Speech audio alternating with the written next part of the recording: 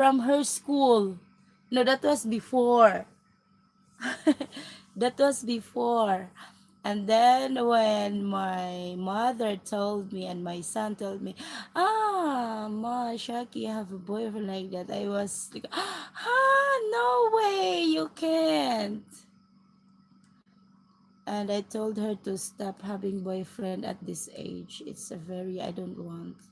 She's just 15 years old, Daddy Viking. I told her to just focus on her studies first.